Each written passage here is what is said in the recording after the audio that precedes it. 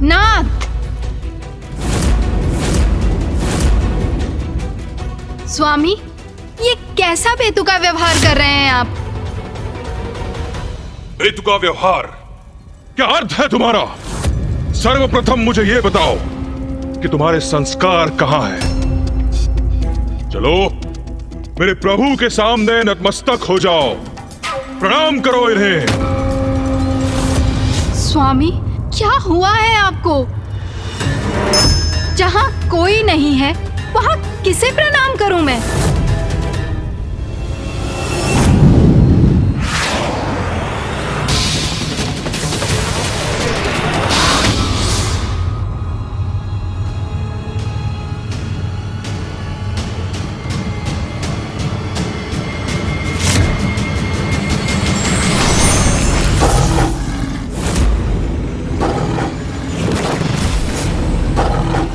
नहीं, मेरा भक्षण मत करो, मेरा भक्षण मत करो।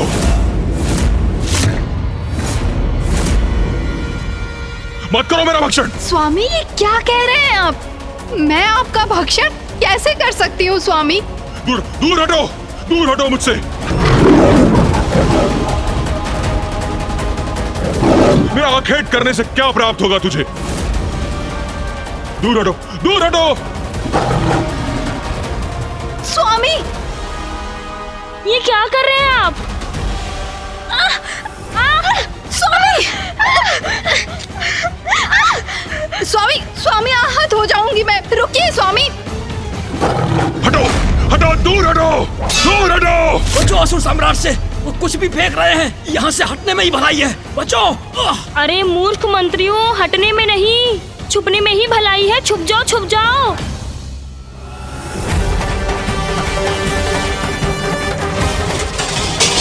स्वामी, स्वामी, ये क्या कर रहे हैं आप? आगे मत बढ़ना, आगे मत बढ़ना, अन्यथा मेरा ये खड़क तुम्हारा अंत कर देगा।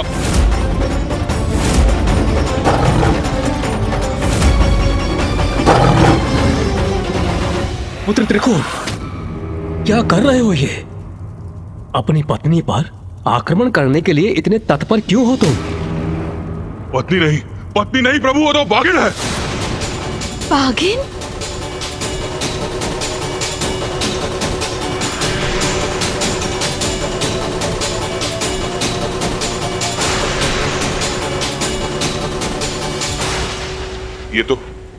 ये तो रानी तृप्ता है।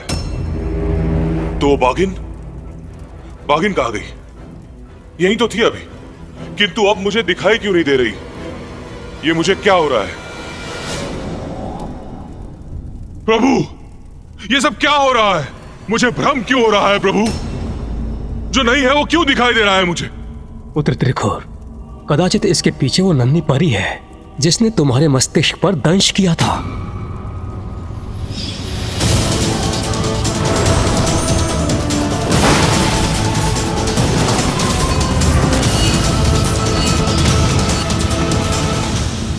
हाँ प्रभु, हाँ प्रभु, अब स्मरण आ गया मुझे। किससे बात कर रही हैं स्वामी? किंतु अब मुझे क्या करना चाहिए? उस दंश के प्रभाव से मुक्त कैसे होऊं मैं प्रभु? पुत्र त्रिकोण, प्रतीत होता है कि वो परी तुम्हारे शरीर के भीतर स्थित हो चुकी है। उसी के कारणवश तुम्हें ये सारे भ्रम हो रहे हैं।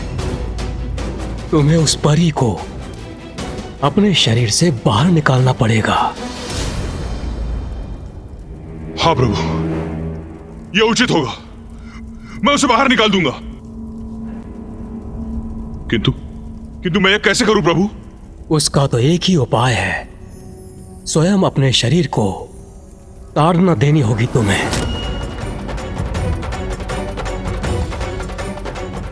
हाँ प्रभु, यह उचित होगा।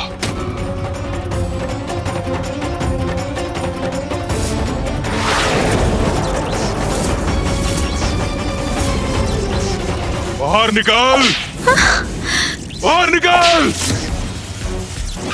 तुझे क्या लगता है मेरे भीतर मैं तुझे स्थित रहने दूंगा? बाहर निकाल। स्वामी, ये क्या कर रहे हैं? अरे कोई रोको इन्हें। स्वामी की बुद्धि को ये कैसा रोग लगा है?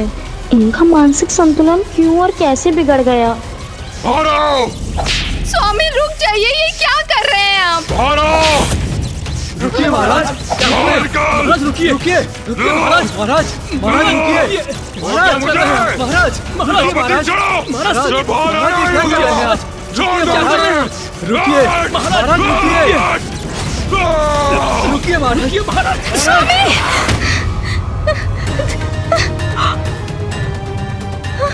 निकाल बाहर! मैं तुझे बाहर निकाल के रहूंगा! निकाल बाहर! ये भी निकाल दूंगा!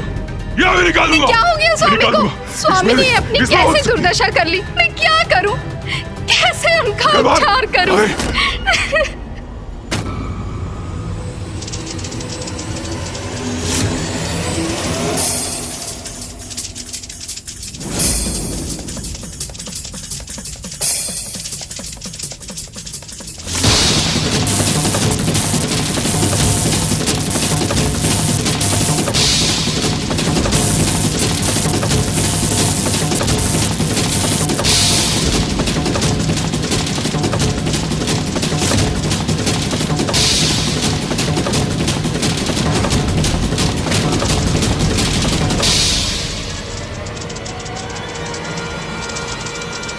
स्वामी, ये चींटी से भयभीत हो रहे हैं।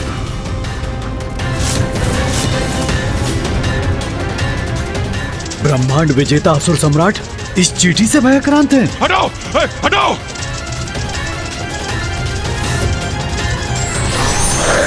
इसको हटाओ! इसको हटाओ! इस भयानक विकराल जीव को हटाओ! सैनिकों! सेनापति! सेनापति! इसे हटाओ! इसे हटाओ! बचाओ! बचाओ! स्वामी, किसे फेंके महाराज? देखो, यहाँ तो कोई भी नहीं। शांत हो जाइए, शांत हो जाइए। हटाओ! हटाओ! हटाओ महाराज, उसको! महाराज, अरे तुम लोग क्या क्या हो रहा कर रहे है? हो? हटाओ उसको! महाराज, अरे हटाओ इसे मेरे सामने स्वामी, से! स्वामी, सेना कुछ बुलाओ! नहीं है। कुछ भी नहीं है। स्वामी, आओ, क्या कर रहे हैं आप? पूरी सेना बुलाओ! स्वामी! सेना बुलाओ! स्वामी, सेना शांत बुलाओ! हो जाइए। सेना बुलाओ! चलो! चलो! छोड़ो! चलो! स्वामी! हट जाओ मेरे सामने से! रुक जाइए स्वामी।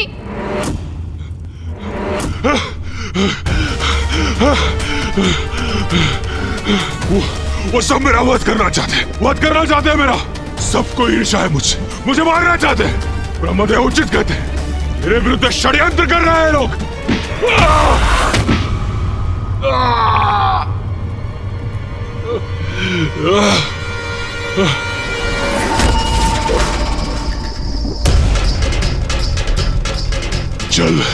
जल है उस जलाशय में।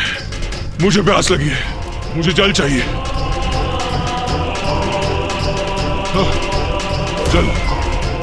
जल।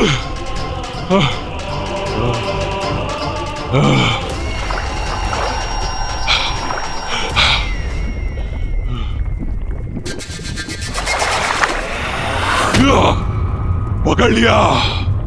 अब तुम्हारा भोजन करूंगा मैं।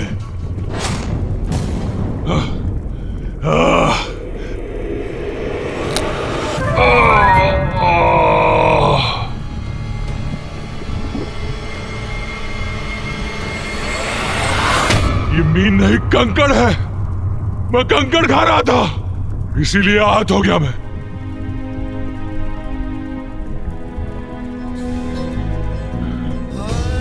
ब्रह्मदेव, ब्रह्मदेव, देखिए क्या अवस्था हो गई मेरी। ये सब क्या कर रहा हूं मैं? ब्रह्मदेव, ऐसा विक्षिप्त क्यों हो गया हूं मैं? क्या हो रहा है? कुछ समझ में नहीं आ रहा है मुझे, कुछ समझ में नहीं आ रहा। ब्रह्मदेव, ब्रह्मदेव, ब्रह्मदेव! मेरी मोहन और उच्चाटन विद्याओं से त्रिकुर पूर्ण रूप से विक्षिप्त हो चुका था और अब उसकी ये दुर्दशा देखकर मुझे उस पर दया आ रही थी। माँ हूं ना मैं अपनी दुष्ट, दुराचारी और पथभ्रष्ट संतान को भी सुधरने का एक अवसर अवश्य देती। और वो अवसर मैंने त्रिकुर को भी दिया।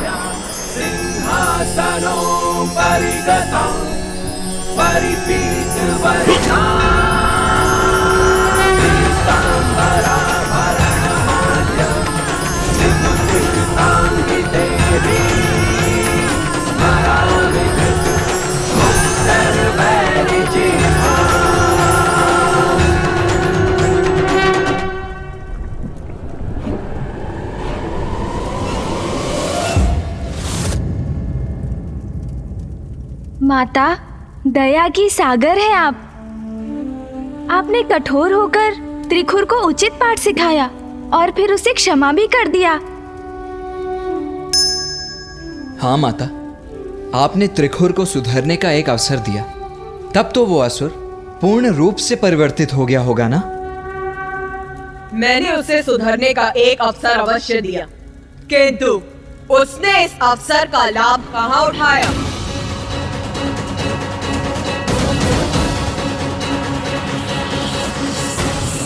आश्चर्य, तो क्या इतना सब होने के पश्चात भी उस असुर का विवेक जागृत नहीं हुआ?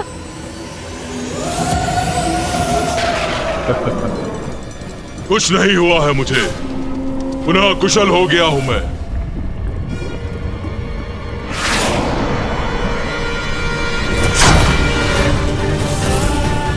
अजय हूं मैं, अविनाशी हूं, ब्रह्मांड विजेता, सर्वशक्तिशाली त्रिखुर हूं मैं, त्रिखुर हूं मैं, त्रिखुर हूं मैं। और अब मैं इन अहंकारी देवताओं को उनका उचित स्थान बताकर ही रहूंगा।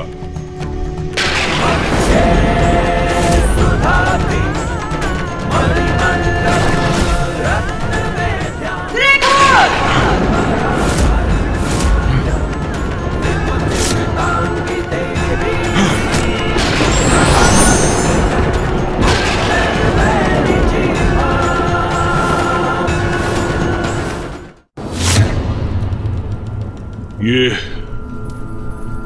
क्या है? क्या प्रयोजन है इस देवी के यहां प्रकट होने का?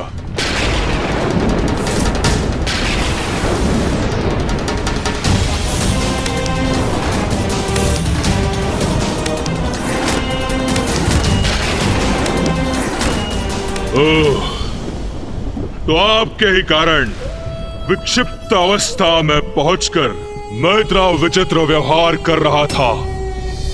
देवी, दो बातें।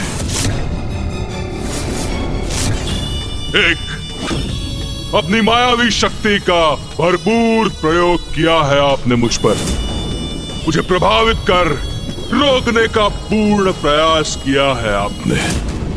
और दो, किंतु असफल हो गई आप। देखिए, मैं पुनः कुशल हो गया। इतनी अपार शक्ति है मेरी। त्रिखुर, तू अब अपना अंतिम अवसर भी गवा चुका है। मैं त्रिखुर किस प्रकार अपने अवसर का प्रयोग करता हूं, यह अभी आपको ज्ञात होगा देवी।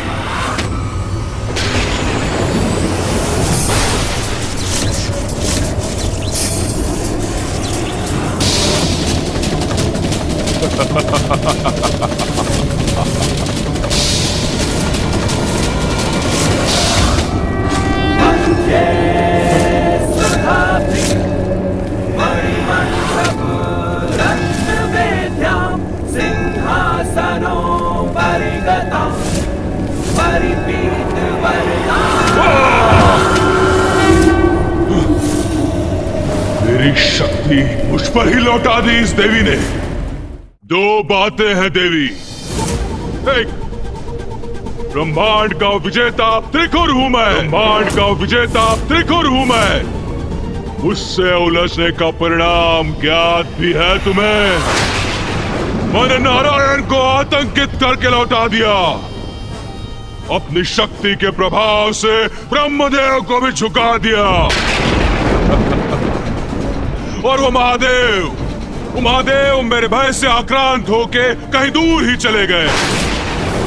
हटो, और मैं आपकी सृष्टि को नष्ट कर दूंगा, आपके इस दुस्साहस का दंड दूंगा।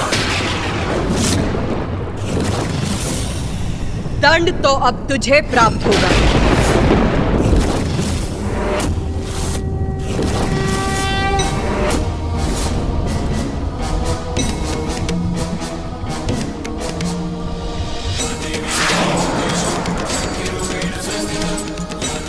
ये देवी तो रौद्र रूप धारण कर मेरी ओर ही बढ़ी आ रही है।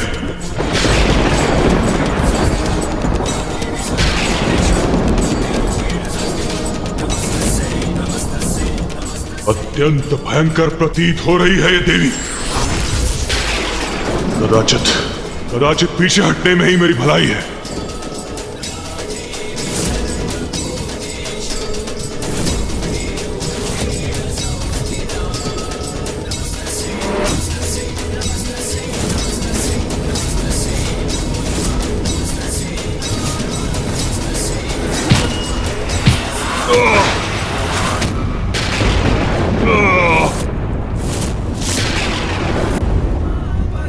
नारायण, ब्रह्मदेव और मेरे स्वामी, महादेव के प्रति इतने अपमानजनक शब्द बोलने का साहस भी कैसे किया तुमने? जिस जिवा से तुमने त्रिदेवों का अनादर किया है, जिस जिवा से तुमने ये कहा है कि तुम मेरी ही सृष्टि को नष्ट कर दोगे, अब उस जिवा को ही खींच लूंगी मैं।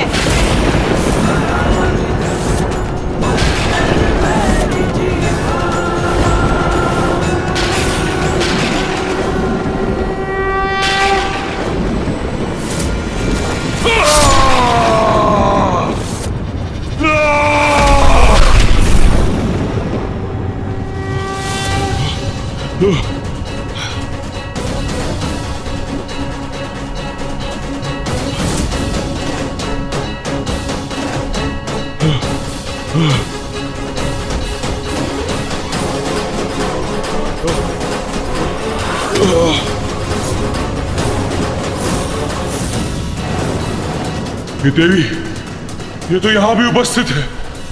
अब मैं तुम पर मोहन उच्चाटन के साथ साथ मारण विद्या का भी प्रयोग करूंगी।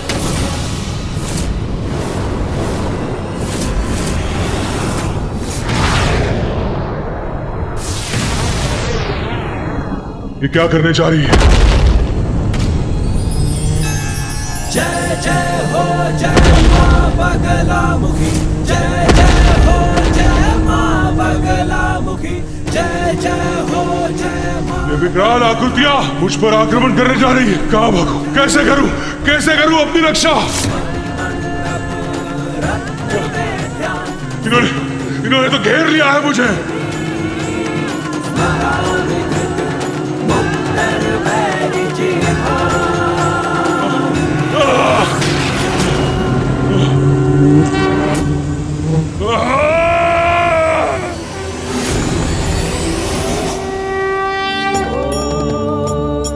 नमः शिवाय,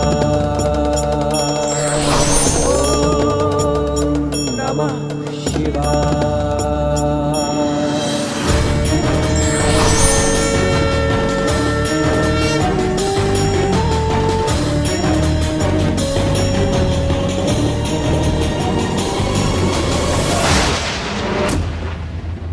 वो त्रिकुट जो ब्रह्मांड पर विजय पाने का स्वप्न देख रहा था, मैंने उसे कण कण में खंडित कर रसातल पर बिखेर दिया। ऐसी है मेरी मोहन, उच्चाटन और मारण शक्तियां। जिस प्रकार त्रिकुट ब्रह्मांडीय बवंडर उत्पन्न कर सृष्टि का विनाश करने के लिए तत्पर था, उसी प्रकार हमारे मन में उत्पन्न होने वाले अनुचित पापमयी विचार हमारे सद्गुणों का नाश करते हैं और उन पापमयी विचारों को, उन अनुचित इच्छाओं को मिटाना मेरा कर्तव्य है। हाँ माता। और आज त्रिकुट के उदाहरण से मैं सभी को सावधान भी करना चाहती हूँ। मेरी देवी बगलामुखी की शक्तियों से जिस प्रकार त्रिकुट का नाश हुआ, वो मेरे साधकों को भी प्राप्त हो सकती है। किंतु जो भी मेरी किसी भी शक्ति का अनुचित प्रयोग करेगा, मोहन, उच्चाटन और मारण शक्तियों से किसी भी जीव को हानि पहुंचाने का प्रयास करेगा, मैं दर्द स्वरूप त्रिकुट के समान उसकी भी ऐसी दुर्दशा करूंगी। उचित है माता, किंतु हमें ये तो बताइए कि आपके देवी बगलामुखी रूप में पिताजी अपने किस रूप में आपके साथ थे? हाँ माता। मेरे देवी बगलामुखी स्वरूप में महादेव अपने महारुद्र रूप में मेरे साथ होते हैं। अपने इस रूप में मैं ही गूढ़ ज्ञान, तंत्र विद्या, मायावी विद्या एवं औषधि विद्या और वनस्पति विज्ञान को जन्म देती, जो ऋषि मुनि और अन्य साधकों को प्राप्त होती है और जिनकी सहायता से संसार में मानवता का विस्तार होता है। मनुष्य समाज को निरोग रखते हैं और इस प्रकार मेरे द्वारा रचित संसार निर्बाध रूप से आगे बढ़ता है। मध्ये सुधाब्धि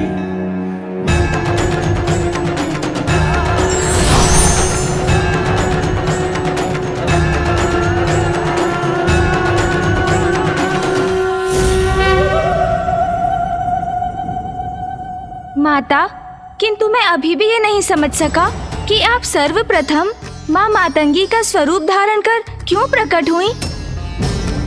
उसका क्या रहस्य था माता?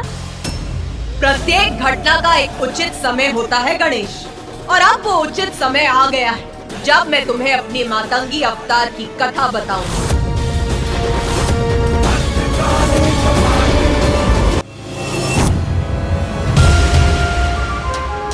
माता, आपके बगलामुखी अवतार लेने का उद्देश्य मैं समझ गया, किंतु मैं अभी भी ये नहीं समझ सका कि आप सर्वप्रथम माँ मातंगी का स्वरूप धारण कर क्यों प्रकट हुई?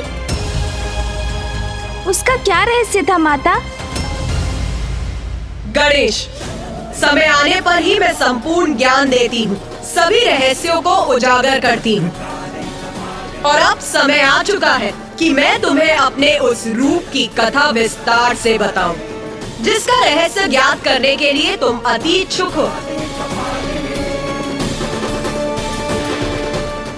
माता मातंगी? माता, हम आपके श्रीमुख से माता मातंगी का रहस्य जानकर अत्यंत कृतार्थ होंगे। गणेश, सृष्टि में अब जीवन और मृत्यु का क्रम स्थापित हो गया था। अधर्मियों को, दुष्कर्मियों को उनके जीवन के उपरांत ही उनके कर्मों का दंड मिलने का विधान भी स्थापित हो गया था। सभी प्राणियों को सुपथ पर चलने के लिए प्रेरित करने हेतु संसार में ज्ञान भी स्थापित कर दिया था, किंतु अभी भी मेरा कार्य पूर्ण नहीं हुआ था। किंतु माता, अब आपका क्या कार्य शेष था?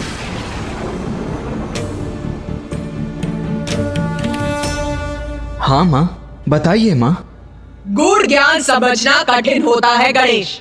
उसे जन सामान्य तक पहुंचाकर उसका प्रसार करने हेतु उसमें रस का मिश्रण करना अत्यंत आवश्यक था, और ये कार्य एक लेखक, एक कलाकार ही कर सकते थे।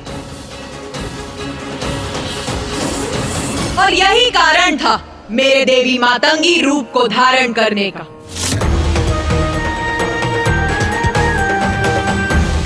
क्योंकि अपने इस रूप में मैं अपने भक्तों के द्वारा संसार में ऐसी और कला आदि का सृजन करती हूँ, जिनसे जुड़कर प्राणी पाप कर्म से दूर रहे और संसार का कर्म निर्बाध रूप से आगे बढ़ता रहे।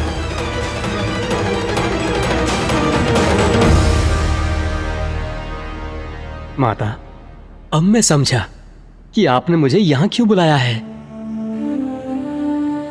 मैं तो ध्यान में मग्न था माता।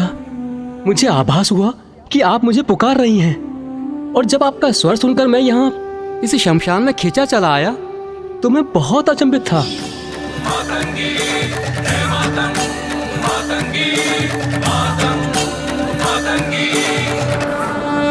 किंतु अब मुझे स्पष्ट हुआ कि ये आपकी ही लीला है, और आपने अपनी ही लीला का ग्रंथ रचने के लिए मुझे यहाँ पर बुलाया है। हाँ पुत्र मार्कंडे, मेरी इच्छा है कि तुम मेरी समस्त लीलाओं का विस्तृत विवरण देने वाली पुराण की रचना करो, और उस पुराण का नाम होगा मार्कंडेय पुराण।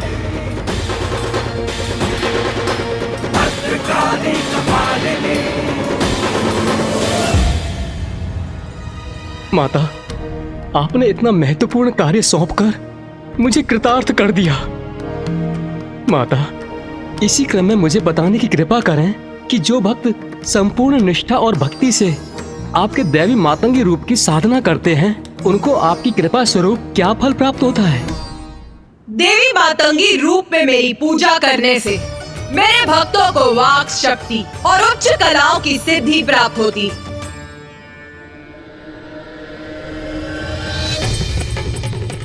श्यामां शुभ्रां सुबालां त्रिकमलनयनां रत्नसिंहासनस्थां भक्ताभीष्टप्रदात्रीं सुरनिकरकरा सेव्यकञ्जाञ्जुयुग्मां नीलाम्बोजां सुकान्ति निशिचरनिकरा अन्यदावाग्निरूपां पाशं खड्गं चतुर्भिर्वरकमलकैर्खेदकं चाङ्कुशं च। प्रणाम माता।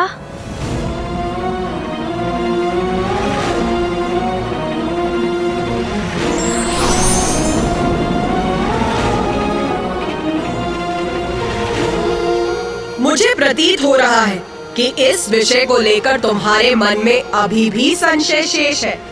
संकोच मत करो, पूछो गणेश।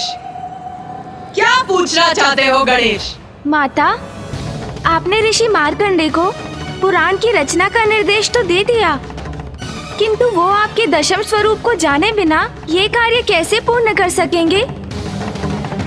अभी तो आपने हमें अपने 9 महाविद्या स्वरूप का ही परिचय दिया है। उचित, तो सुनो मेरे दशम महाविद्या स्वरूप की लीला। मैंने संपूर्ण सृष्टि का सृजन तो कर दिया था, किंतु अभी भी मेरा कार्य पूर्ण नहीं हुआ था, क्योंकि अभी सृष्टि सभी प्रकार से संपन्न होने के बाद भी श्री के अभाव में अभी भी अपूर्ण थी और संसार में श्री का आविर्भाव हो, इसलिए मैंने अपना दशम स्वरूप देवी कमला के रूप में प्रकट हुई। संसार में श्री का आगमन मेरे देवी कमला रूप के माध्यम से ही हो सकता था, जिसके लिए अब उचित समय आ चुका था। इसीलिए मैंने ऋषि भृगु की पुत्री के रूप में जन्म लेकर संसार में श्री को प्रकट किया। किंतु माता, सृष्टि के लिए श्री इतनी महत्वपूर्ण क्यों है? हाँ माता, ये प्रश्न तो मेरे मन में भी उत्पन्न हो रहा है कि पृथ्वी, अन्य लोक, सूर्य, प्रकृति, जीवन और मृत्यु के साथ तो ज्ञान का महत्व स्पष्ट है, किंतु सृष्टि क्या इतनी सामान्य है कि वो केवल श्री से ही पूर्ण हो सकती है? उत्तम, अति उत्तम प्रश्न पूछा है तुम दोनों ने, जिसका स्पष्ट उत्तर दूंगी। श्री का संबंध मात्र धन संपत्ति से नहीं, उसका अर्थ है सभी प्रकार की समृद्धि, अर्थात उर्वरता, भौतिक और आध्यात्मिक संपदा, ज्ञान, स्वास्थ्य और समूचा कल्याण। मैं समझ गया माता। संपत्ति होने पर भी कोई स्वास्थ्य रहित हो सकता है, धनवान होने पर भी कोई प्रसन्नता से वंचित रह सकता है। श्री का अर्थ है सभी प्रकार की कुशलता और प्रसन्नता, जो सर्वाधिक महत्वपूर्ण है। आप सभी को तो ज्ञात है, शिवाय विष्णु रूपाय, शिवा रूपाय विष्णवे। शिव और विष्णु अभेद है, अर्थात दोनों भिन्न भी हैं और दोनों एक भी। इसीलिए समय आने पर ऋषि भृगु ने मेरा विवाह मेरे देवी कमला रूप में महादेव के ही रूप नारायण से किया। किंतु माता, मामा जी की पत्नी तो देवी लक्ष्मी है, तो देवी कमला के रूप में आप उनकी पत्नी कैसे हो सकती हैं? मैं ही शक्ति, मैं ही पार्वती, मैं ही सरस्वती, मैं ही लक्ष्मी, मैं ही महादेव, मैं ही ब्रह्मदेव और मैं ही नारायण हूँ। सभी मुझ में ही है, मुझसे ही है, मेरा ही अंश है। स्मरण करो, सृष्टि का आरंभ मैंने किस प्रकार किया था। दुर्गा क्षमा शिवा धात्री, स्वाहा स्वधा नमोस्तुते। ओम स्वरूपा काली, भवानी भद्रकाली, समस्त त्रिदेव और त्रिदेवियां मुझसे ही उत्पन्न हुए, नारायण और देवी लक्ष्मी भी, क्योंकि देवी लक्ष्मी कमल पुष्प पर वास करती, इसीलिए उनका नाम कमला पड़ा।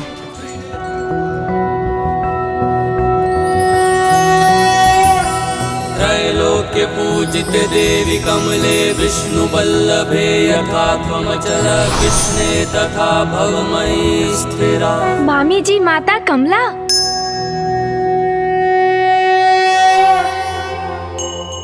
माता, आपके श्री मुख से आपके समस्त महाविद्या के रूपों का विस्तृत वर्णन सुनकर हम कृतार्थ हुए और अब देवी श्री महालक्ष्मी की कृपा से भी हम लाभान्वित हुए हैं। माता, अब हमें ये भी बताइए कि आपके इस रूप की पूजा करने से आपके भक्तों पर आपकी कृपा किस प्रकार होती है? मेरे अर्थात देवी कमला के रूप में माता संसार की श्री अर्थात देवी लक्ष्मी के रूप में होती हैं, किंतु श्रीहीन होने का अर्थ है कांति से रिक्त होना। श्री के अभाव में सभी धन, संपत्ति, विद्या आदि व्यर्थ है, वे शीघ्र ही नष्ट हो जाते हैं। संसार को श्री युक्त करने हेतु ही श्री महाकाली मुझे प्रकट करती हैं।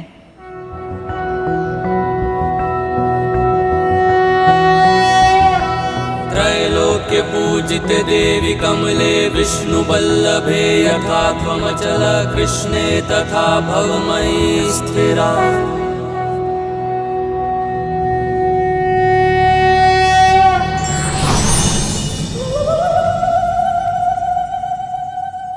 इस प्रकार मैं अपने महाविद्या स्वरूपों के माध्यम से संसार का सृजन करती और उस संपूर्ण अवधि में महादेव मेरे साथ होते। वो शक्तिशाली हैं क्योंकि उनकी शक्ति मेरे रूप में उनके साथ होती। संसार में जो भी शक्ति व्याप्त है वो मुझसे ही है। प्रत्येक प्राण में अर्थात देव, दानव, पशु, पक्षी, पेड़ पौधे, सूर्य, चंद्रमा, उन सभी की शक्ति मुझसे ही है। उन सभी के कण कण की शक्ति मैं ही हूँ। मुझसे ही ये संसार है।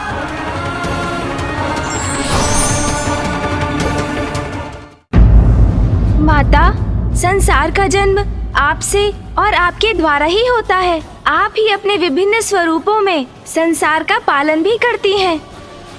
आप अपनी सभी संतानों को प्रकृति के माध्यम से जीवन के लिए जो भी आवश्यक है उन्हें उपलब्ध कराती हैं। उनके दोषों के लिए उन्हें दंडित कर उन्हें उचित मार्ग पर लेकर आती हैं। किंतु माता, क्या यही क्रम अनंत काल के लिए स्थिर है? नहीं गणेश, जन्म मुझसे है, पालन मुझसे है, तो सृष्टि का संहार भी तो मुझसे ही है। सृष्टि का संहार माता?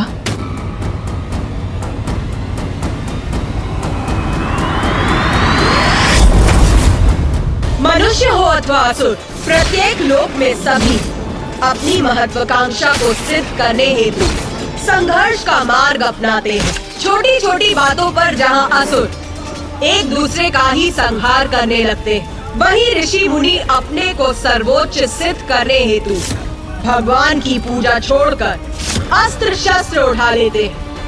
त्रिनेत्र महाकाली। और जब ऐसा समय आरंभ होता तो प्राणियों को सुकर्मों के प्रति सजग करने हेतु मैं खंड प्रलय उत्पन्न कर संपूर्ण जगत को चेतावनी देती। और सर्वप्रथम जो खंड प्रलय मैं उत्पन्न करती वो है सूर्य प्रलय। देवी तारा, देवी तारा, देवी तारा।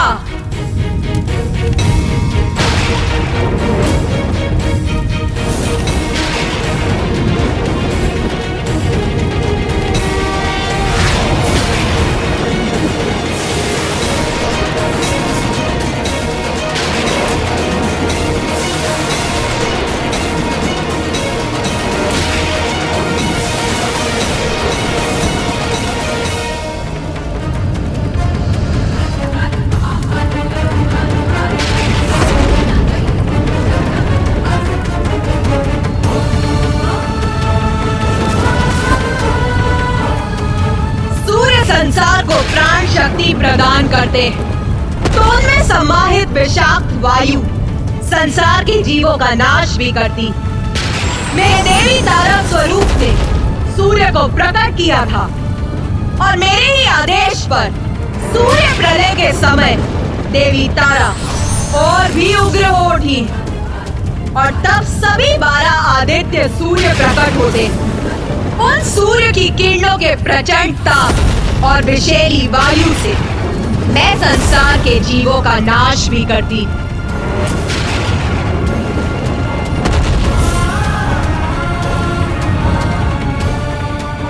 धर्म का पालन और धर्मोचित मार्ग पर चलना ही उचित है। उन्हें ये स्मरण कराने और समझाने हेतु मुझे कभी कभी अकाल जैसी प्राकृतिक आपदाएं उत्पन्न करनी पड़ती हैं।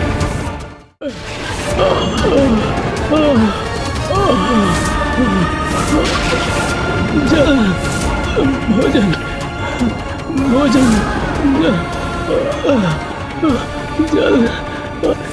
हमें क्षमा कीजिए माता, हमें क्षमा कीजिए माता, हम पर दया कीजिए, हम भक्ति पथ से विमुख हो गए। क्षमा कीजिए माता, हमें क्षमा कीजिए माता, हम पर दया कीजिए, हम भक्ति पथ से विमुख हो गए थे, हमें क्षमा जब मैं इस कीजिए। प्रकार खंड प्रलय को उत्पन्न कर ऐसी चेतावनी भेजती तो सभी सन्मार्ग पर लौटना प्रारंभ कर देते।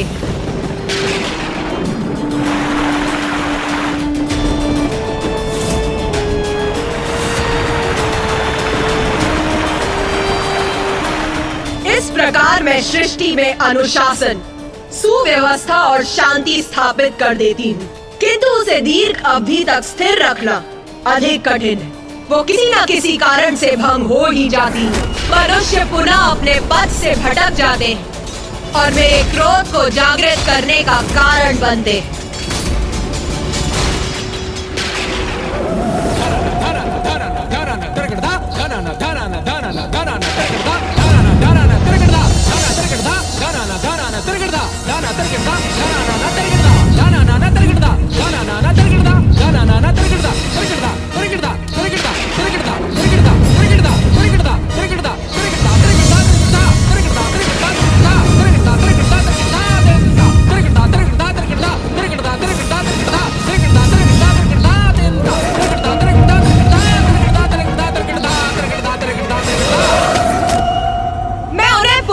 एक और खंड प्रलय रूपी चेतावनी देने हेतु उत्पन्न करती जल प्रलय।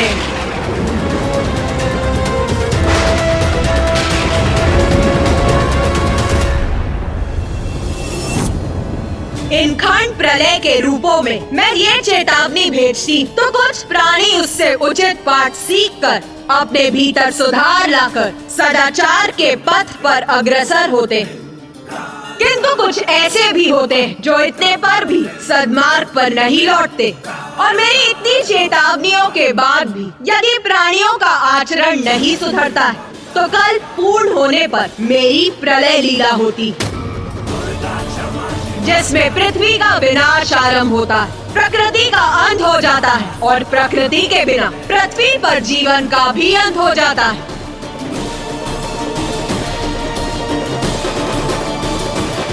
देवी षोडशी।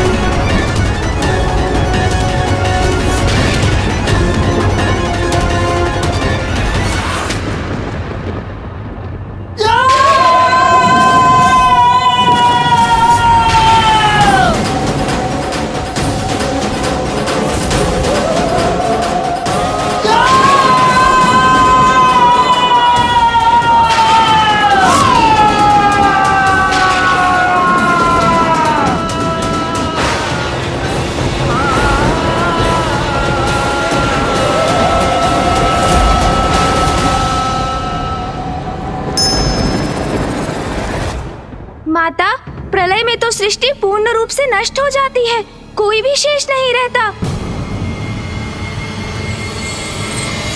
हाँ पुत्र, उचित दिशा में देख रहे हो तुम्हारी दृष्टि से ही तुम्हारे विचार इंगित हो रहे हैं, जो सर्वथा उचित है।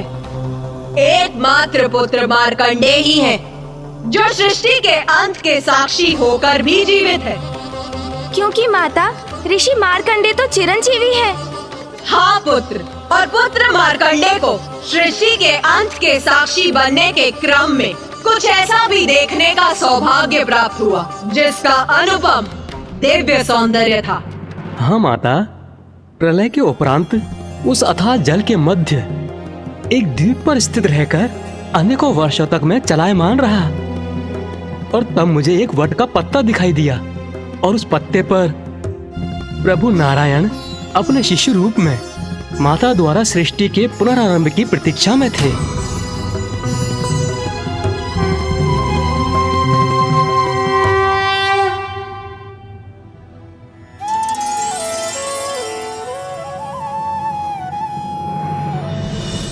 जब ऐसा दिव्य दृश्य उत्पन्न होता है, तब मैं पृथ्वी का पुनः सृजन कर सभी जीवों में प्राण भरती, और जब 4 युग बीत जाते हैं और मनुष्य सुपथ से भटकने लगते हैं, तो मैं विभिन्न संकेतों से उन्हें पुनः सावधान करती, और फिर कल्पांत में प्रलय के माध्यम से मैं सृष्टि को पुनः नष्ट करती, और यही क्रम सदैव चलता रहता है। और फिर एक समय ऐसा आता है जब मैं पूर्ण विनाश करने का निर्णय लेती, और तब महाप्रलय उत्पन्न होती। महाप्रलय?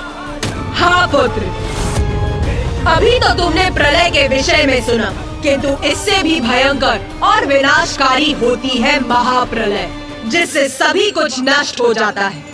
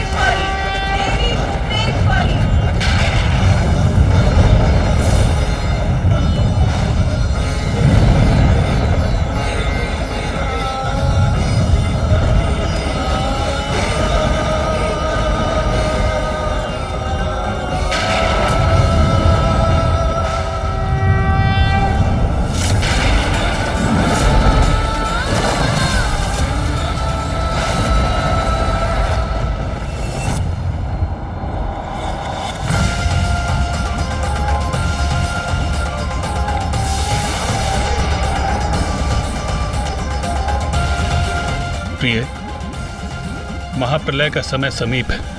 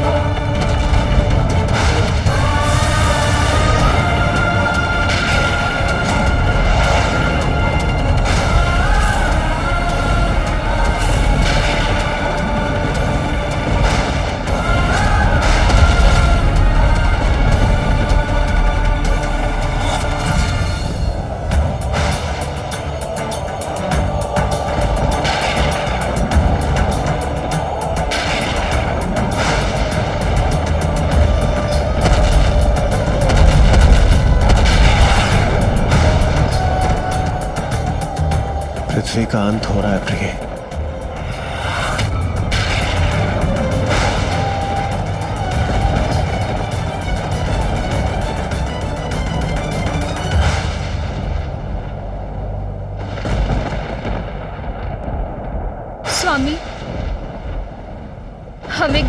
था ही कि ऐसा ही होगा। माता श्री महाकाली का ये निर्णय हमें स्वीकार है,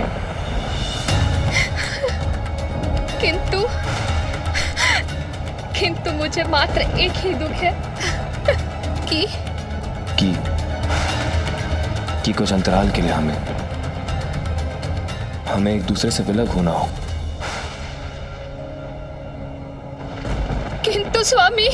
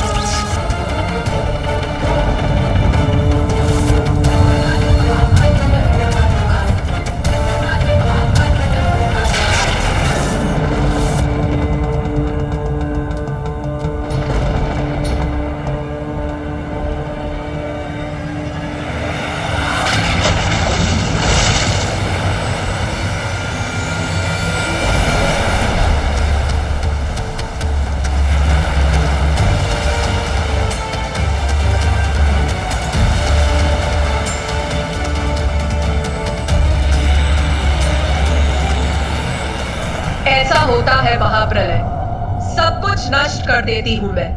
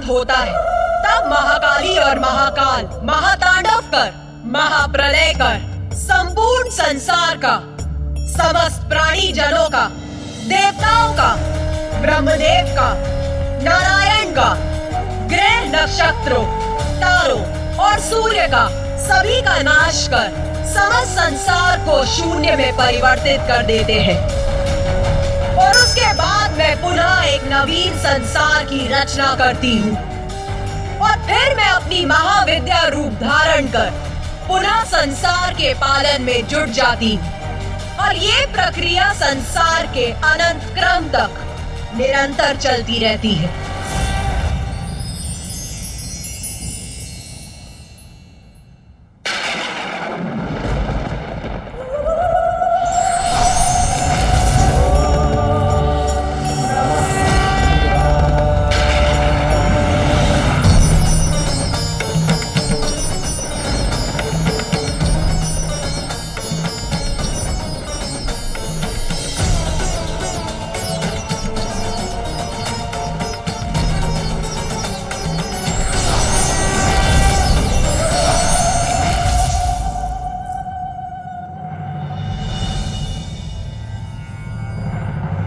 माता, आपकी ही अनोखी लीला आपके ही श्रीमुख से सुनकर हम कृतार्थ हुए। आपने अपनी 10 महाविद्या स्वरूपों का वर्णन किया और मैंने आपसे अनेक प्रश्न पूछे। उसके लिए मुझे क्षमा कीजिए माता, किंतु जो भी आपकी लीला का साक्षी बना वो धन्य हुआ माता। और अब ऋषि मार्कंडे आपके स्वरूपों की महिमा विस्तार से लिखेंगे। जब माँ में परिवर्तन आने लगा तब मैं बहुत चिंतित हुआ था।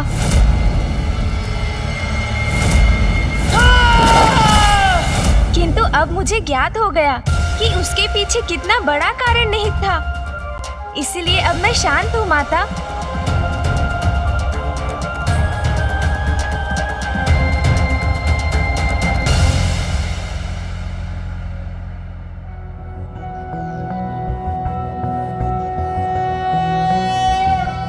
रक्ताब्धिपोतारुण पद्म संस्थानां पाशांकुशेष्वा सशरासि बाण शूलं कपालं ददतिं कराब्जै रक्तां त्रिनेत्रां प्रणमामि देवी।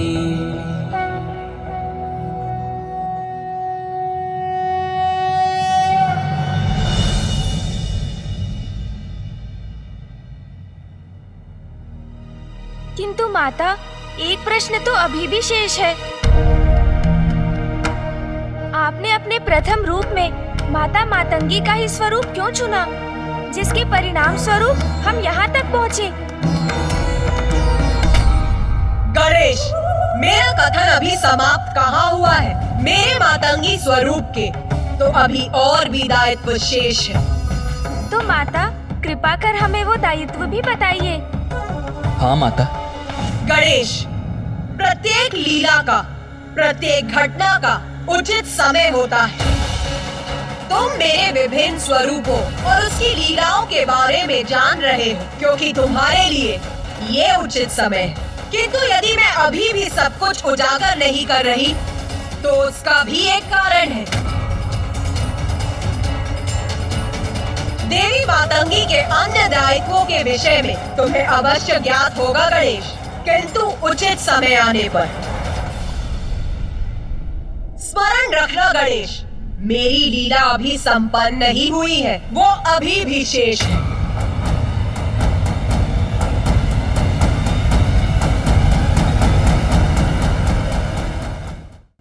माता, आपके श्री मुख से दिव्य, रोचक और मनमोहक लीलाओं के वर्णन का श्रवण तो हमारा परम सौभाग्य है।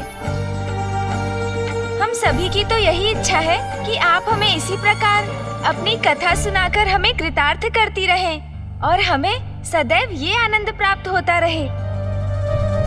सत्य है, माँ की कथा तो अपार आनंद का स्रोत है। तो सुनो पुत्र, मैं ही अपनी महाविद्या स्वरूपों को धारण कर अपनी लीला से संसार का सृजन, पालन और संहार करती हूँ। ये तो तुम्हें ज्ञात हो ही गया होगा। और ये भी सत्य है कि मेरे भिन्न स्वरूपों के रहस्य और कथा जानने हेतु आप सभी यहाँ एकत्रित हैं। मैंने ही पुत्र मार्कंडे को मार्कंडे पुराण की रचना हेतु यहाँ बुलाया है। और मेरी ही इच्छा से ऋषि दुर्वासा का कैलाश पर आगमन हुआ, ताकि उनका क्रोध मेरे मातंगी रूप के प्रकट होने का कारण बने। अपने भक्तों के प्रति आपका यह कैसा अनुचित व्यवहार है महादेव? यदि ऐसा है तो आप किसी निर्जन स्थान पर वास क्यों नहीं करते, जहां निर्विघ्न आप एक दूसरे में रमे रह सके? माता, मैंने अपने क्रोध के अतिरेक में आपको और महादेव कितने कठोर वचन कह डाले, जिसकी ग्लानि मुझे सदैव रहेगी। माता, मैं आपसे पुनः क्षमा मांगता हूं। हमें क्षमा कर दीजिए माता, क्षमा कर दीजिए। किंतु ऋषिवर, आपका ये कथन कि आपका क्रोध सदैव संसार की भलाई का कारण बनता है, सर्वथा सत्य था, और इस बार भी ऐसा ही हुआ। ऋषि दुर्वासा, आपका कार्य अब यहाँ संपन्न हुआ। अब आप अपने आश्रम प्रस्थान कर वहाँ तप और ध्यान कीजिए। जो आज्ञा माता।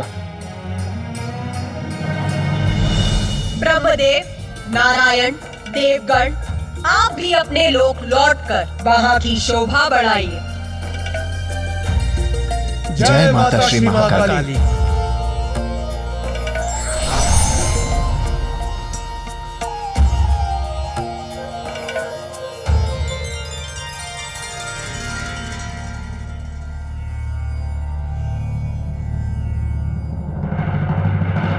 गणेश, मुझे ज्ञात है तुम्हारे हृदय में अभी भी प्रश्न शेष है। अपने प्रश्न पूछो पुत्र। माता, आपने समस्त देवताओं को उनके लोक भेज दिया। ऋषि दुर्वासा को भी उनके आश्रम लौटने का आदेश दिया, किंतु ऋषि मार्कंडे अभी भी यही है, और जिसका कारण मुझे ज्ञात है। माता, तो कहो, क्या है तुम्हारे अनुसार उनके यहाँ होने का कारण? माता, मार्कंडे पुराण की रचना के लिए तो उन्हें आपकी संपूर्ण लीला ज्ञात करनी होगी ना?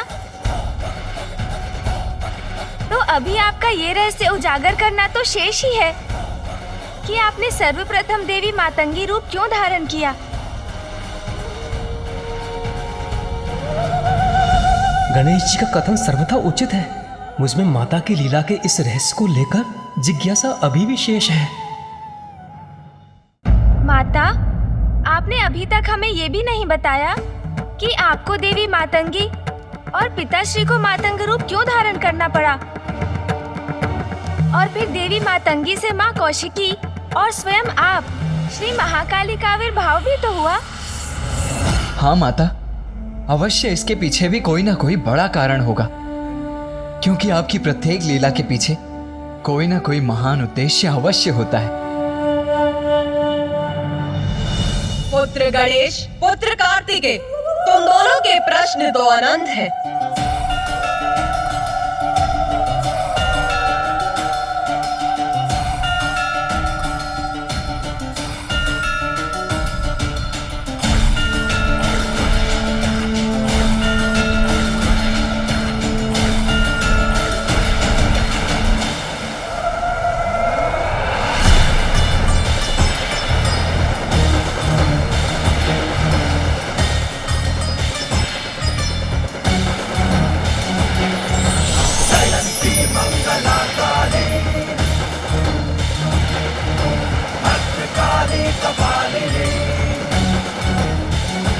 हमारे प्रश्न अनंत हैं, क्योंकि माता की लीला अनंत है। अद्भुत है माता का ये दिव्य जल सिंहासन।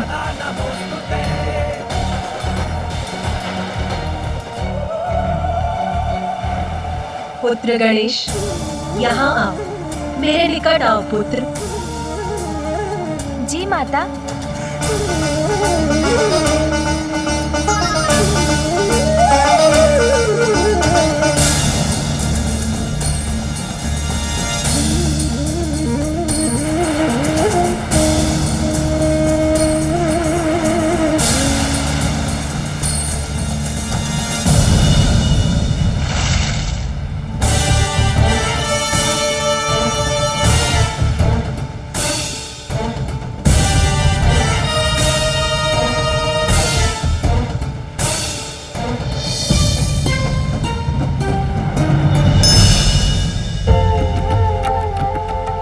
माँ की अनंत कृपा से संतान सदा कृतार्थ होती है। धन्य है श्री महाकाली, धन्य है माता। पुत्र। माँ,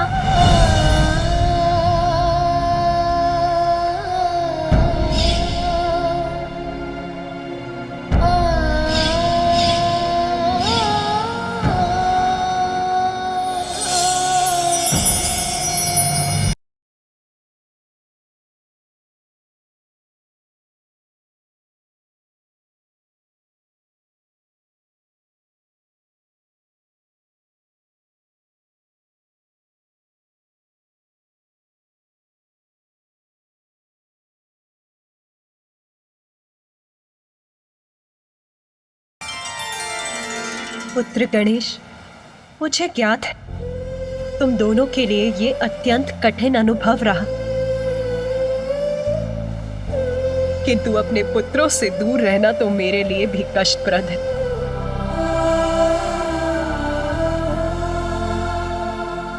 माता कितनी भी कठोर क्यों न प्रतीत हो, किंतु उनका हृदय संतान के प्रति कोमलता से ही भरा होता है। माँ, आप कैलाश कब लौटेंगी?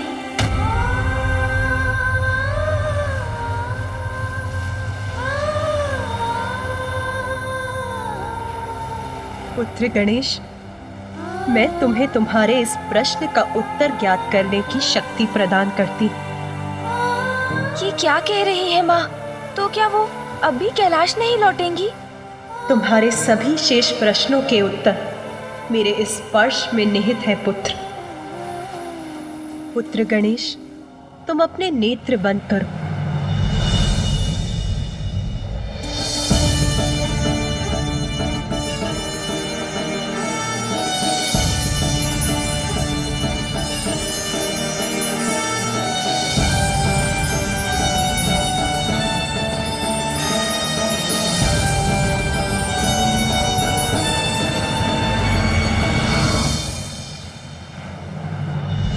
पुत्र गणेश, अब आगे की संपूर्ण कथा तुम स्वयं कहोगे पुत्र।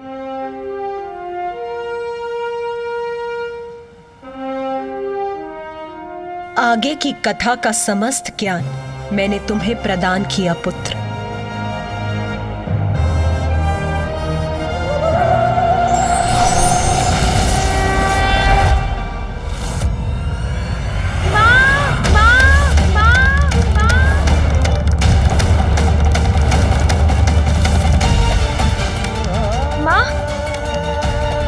माता अभी तो यही थी।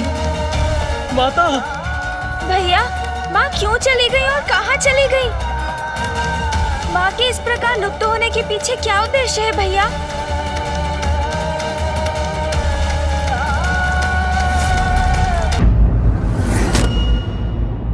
भैया, माँ क्यों चली गई और कहाँ चली गई?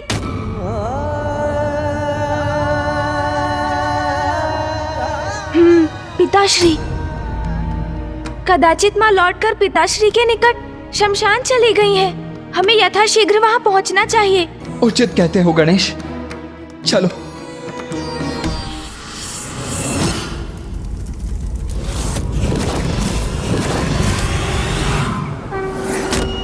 प्रणाम पिताश्री।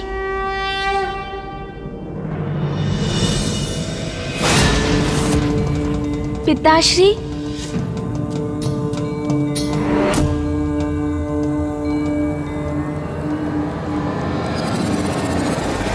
पिताश्री, कृपया कर अपने ध्यान से बाहर आइए।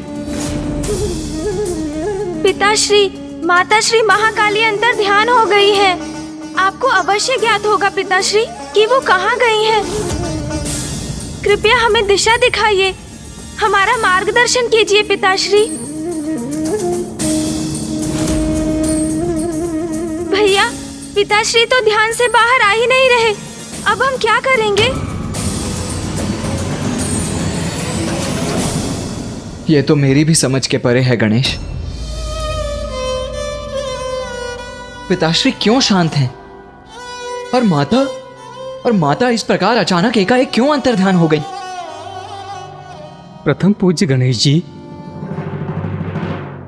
माता ने मुझे इतना महान दायित्व सौंपा है उनकी लीला की गाथा के ग्रंथ को रचने का आदेश दिया है, किंतु अभी भी उनकी लीला पूर्ण नहीं हुई।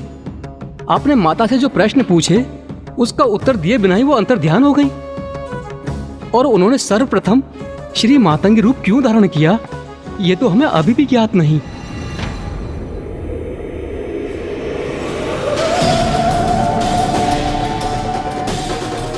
पुत्र गणेश, अब आगे की संपूर्ण कथा तुम स्वयं कहोगे पुत्र। गणेश, माता ने तुम्हें शक्ति प्रदान की है ना कि तुम आगे की कथा ज्ञात कर सकोगे और कहोगे। तो हमें बताओ गणेश कि ये सब क्या और क्यों हो रहा है। माता ने मुझ पर दायित्व सौंपा अवश्य है भैया, किंतु मुझे आगे क्या करना है ये बताए बिना ही माँ अंतर ध्यान हो गयी और पिताश्री भी अपने ध्यान में लीन है, इसलिए कदाचित अब हमें किसी संकेत की प्रतीक्षा करनी होगी। ये भस्म और इसमें ये गति कैसी?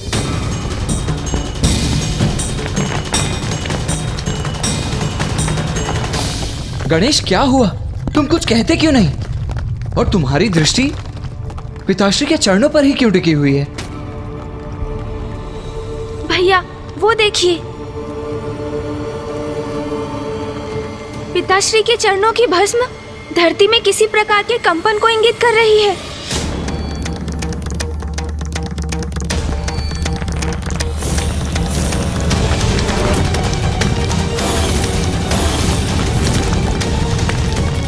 मुझे ज्ञात करना होगा कि ये कंपन कैसे हो रहा है।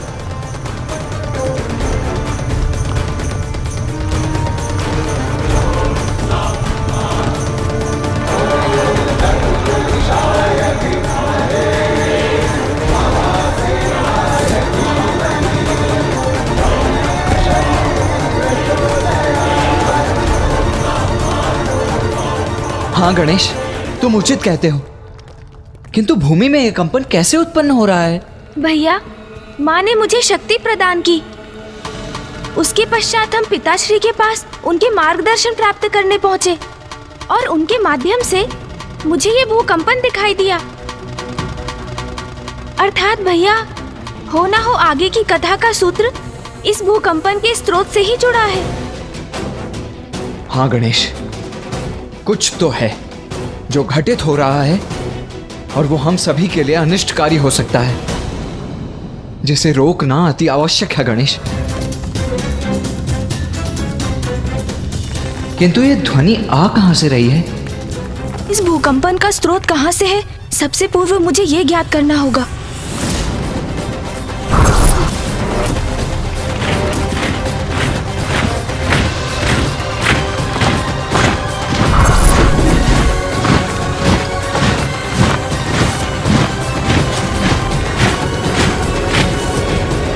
भैया, आप उचित कहते हैं, कुछ बहुत बड़ा घटित हो रहा है, हमें शीघ्र वहां पहुंचना चाहिए। भैया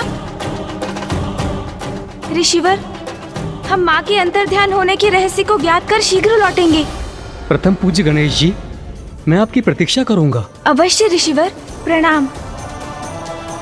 जो भी है, इस बार मैं संसार पर कोई संकट नहीं आने दूंगा। इस घटना को महासंकट बनने के पूर्व ही रोकूंगा मैं।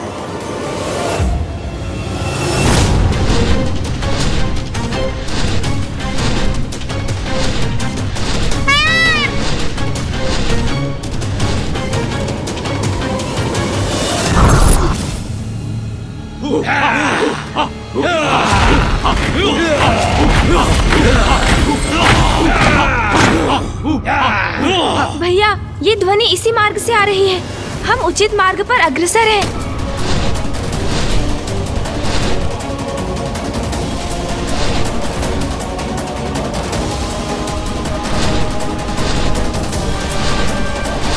हमें कैलाश को पार कर उसके आगे जाना होगा।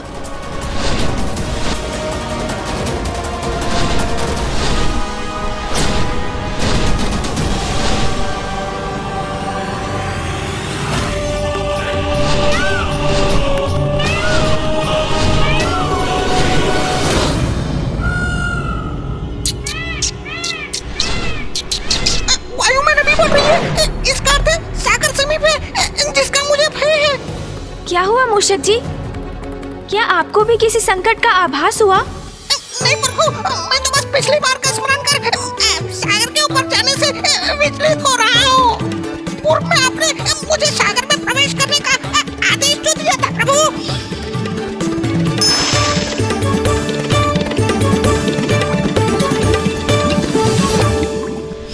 चिंता मत कीजिए मूषक जी, इस बार ऐसा कुछ नहीं होगा। हमें वायु मार्ग से ही आगे बढ़ना है। उचित है प्रभु। गणेश, ये शीघ्रता करने का समय है, तो तुम अपनी गति धीमी क्यों कर रहे हो? भैया, गति मैंने नहीं, मूषक जी ने घटाई है। सागर को देखकर उन्हें आशंका हो रही है कि कहीं मैं उन्हें पुनः जल में उतरने का आदेश ना दे दूं। और कदाचित वो थोड़े थक भी रहे हैं भैया।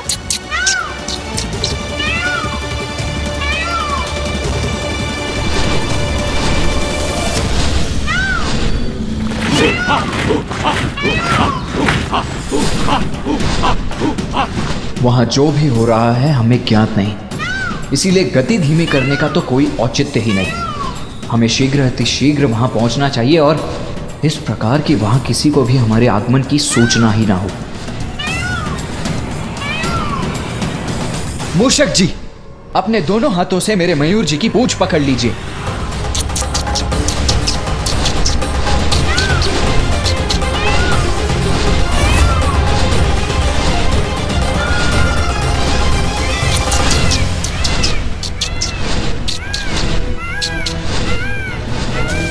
उचित है, इसी प्रकार थाम कर रखिए। हाँ हाँ उचित है देव सेनापति कार्तिकेय जी, धन्यवाद। मयूर जी, तीव्र गति से आगे बढ़िए। इतनी तीव्र गति मैं संभाल नहीं सकूंगा।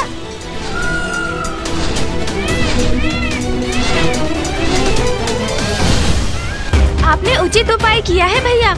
अब हम शीघ्र उस कंपन और ध्वनि के स्रोत तक पहुंच जाएंगे। अब ऊपर चलिए मयूर जी।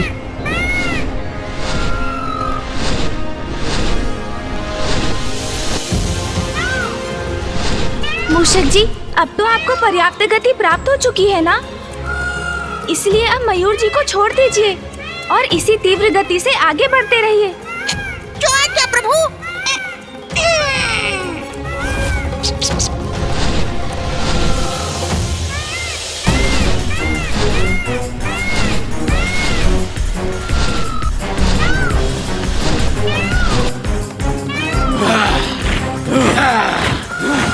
भैया, वो देखिए वहाँ। उचित कहते हो गणेश, कदाचित उस भूकंपन का स्रोत यही स्थान है।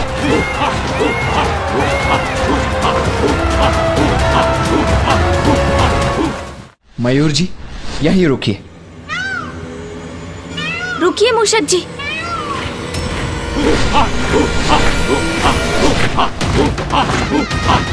भैया, यहाँ तो असंख्य असुर एकत्रित हो रहे हैं। अवश्य किसी बड़े अनिष्ट का संकेत है ये। गणेश उचित कहता है, असुरों की यह सभा किसी शुभ कार्य के लिए हो, यह असंभव है।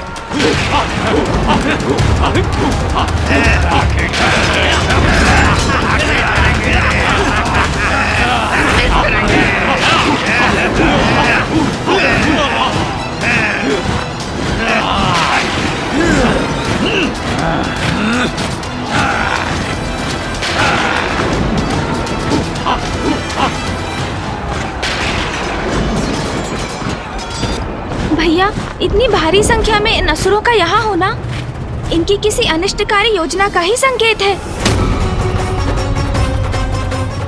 योजना जो भी हो गणेश, मैं उसे कभी क्रियान्वित नहीं होने दूंगा।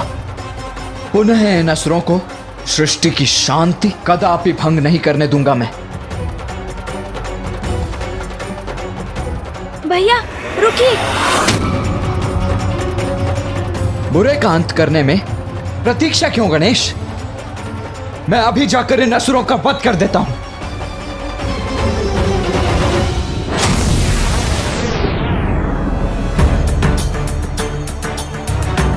रुकिए भैया।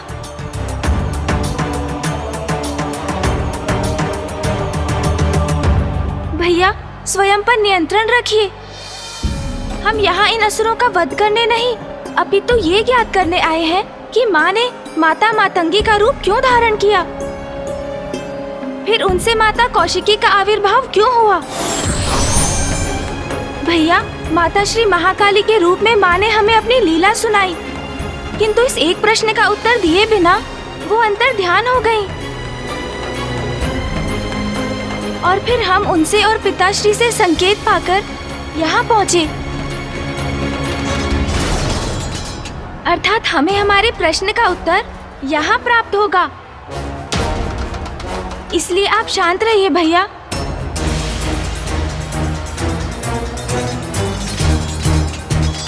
किंतु गणेश, वहां भीतर हो क्या रहा है ये जानने हेतु हम भीतर जाएं भी तो कैसे? यदि हम अपने सामान्य रूप में वहां गए तो इन असुरों की दृष्टि हम पर अवश्य पड़ेगी ही पड़ेगी। तो क्या करें हम? अब क्या भिन्न रूप धारण कर कर भीतर जाएं? भिन्न रूप? ये उचित कहा है आपने भैया। गणेश, तुमने कोई सुझाव नहीं दिया?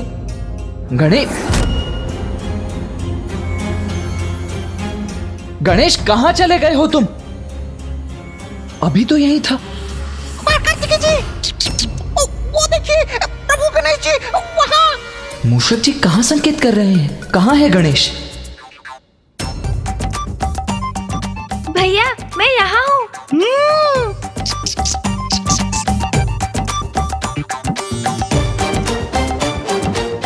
गणेश, ये क्या कर लिया तुमने? क्यों भैया, मेरी युक्ति उचित नहीं लगी आपको? हम सूक्ष्म रूप धारण कर भीतर जा सकते हैं और वहाँ क्या हो रहा है ये भली भांति ज्ञात कर सकते हैं।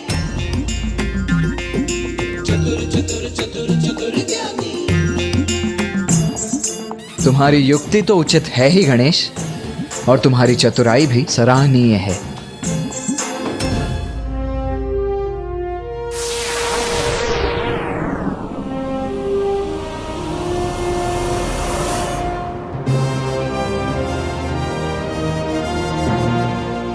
देखा भैया, अब हमें कोई नहीं देख सकेगा। प्रभु, आपने तो सूक्ष्म रूप धारण कर लिया, किंतु मैं क्या करूं?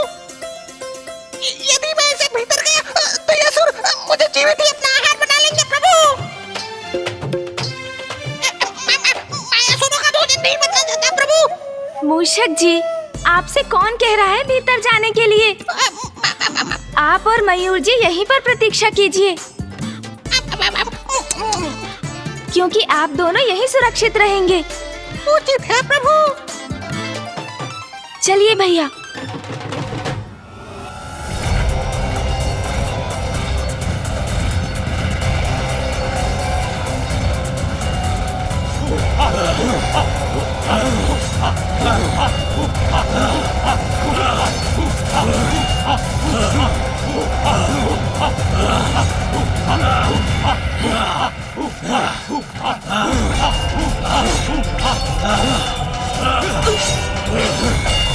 गणेश, मेरे निकट ही रहना।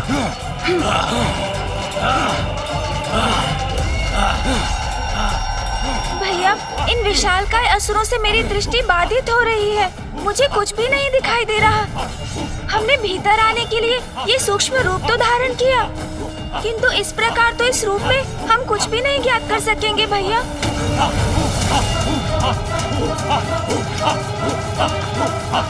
हाँ गणेश, हमें आगे बढ़कर किसी ऊंचे स्थान पर स्थित होकर देखना चाहिए कि ये असुर यहाँ क्यों एकत्रित हुए हैं। हाँ भैया, यही उचित होगा।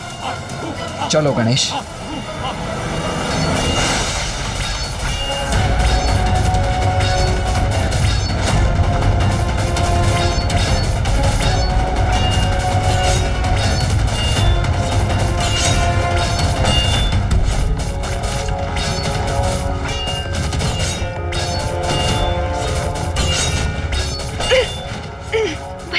हम इनके मध्य तो घिरते जा रहे हैं। इन असुरों के पैरों से बचकर गणेश। हाँ भैया। किंतु भैया, इन असुरों के पांव तो गतिमान हो रहे हैं, हमें ध्यान रखना होगा भैया। अवश्य गणेश।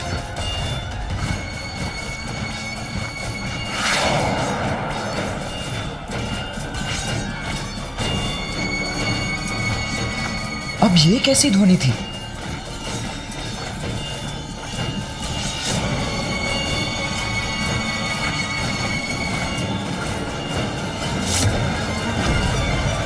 भैया संभालिए। ये भाला यदि हमसे टकराया तो हमें क्षति पहुंचा सकता है। बचो अनुज! अनुज तुम ठीक तो हो ना? अब हम किस ओर से निकले भैया? भैया ये असुर तो अपना शस्त्र बार बार भूमि पर पटक रहे हैं। इस प्रकार तो ये भेद देंगे हमें। हमारा आगे बढ़ना कठिन है।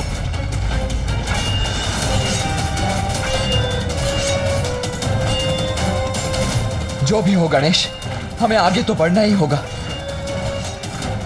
किंतु सावधानी से आगे बढ़ो। भैया ध्यान से।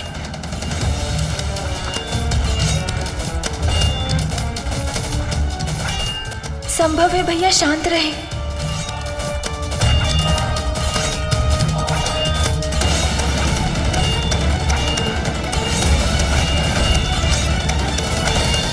क्या हुआ भैया? गणेश मेरा अनुसरण करने के लिए तैयार रहो। इन असुरों से बचकर आगे निकलने का एक ही उपाय है। समझ गया भैया। आगे बढ़ो गणेश, अभी।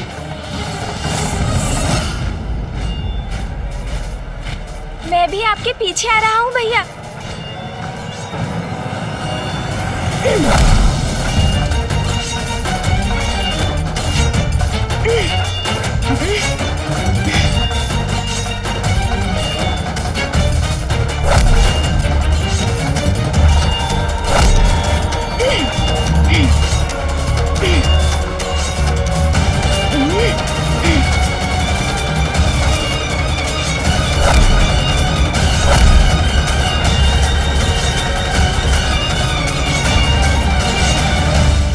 भैया संभल कर।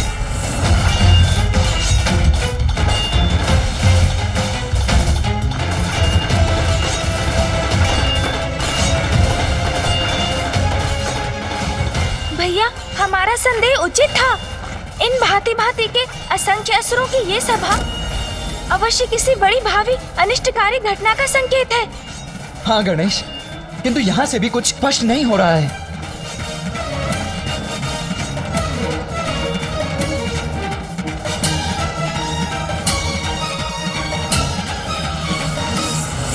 भैया हमें इन सीढ़ियों के ऊपर जाना चाहिए। वैसे भी इन असुरों का मुख सीढ़ियों की ओर ही है। यदि एक बार हम ऊपर पहुंच गए तो संपूर्ण दृश्य स्पष्ट हो जाएगा और साथ ही हमें ये भी ज्ञात होगा कि इन सीढ़ियों के शिखर पर क्या है। उचित कहते हो गणेश। तो चलो सीढ़ियों की ओर चढ़ते हैं।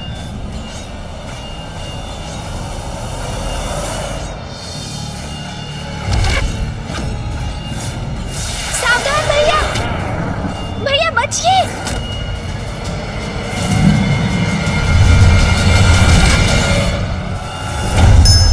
भैया बचिए। हमारे मार्ग में बाधा कैसे बन सकते हैं? इसे तो मैं एक ही बार में काल के गाल तक पहुंचा दूंगा।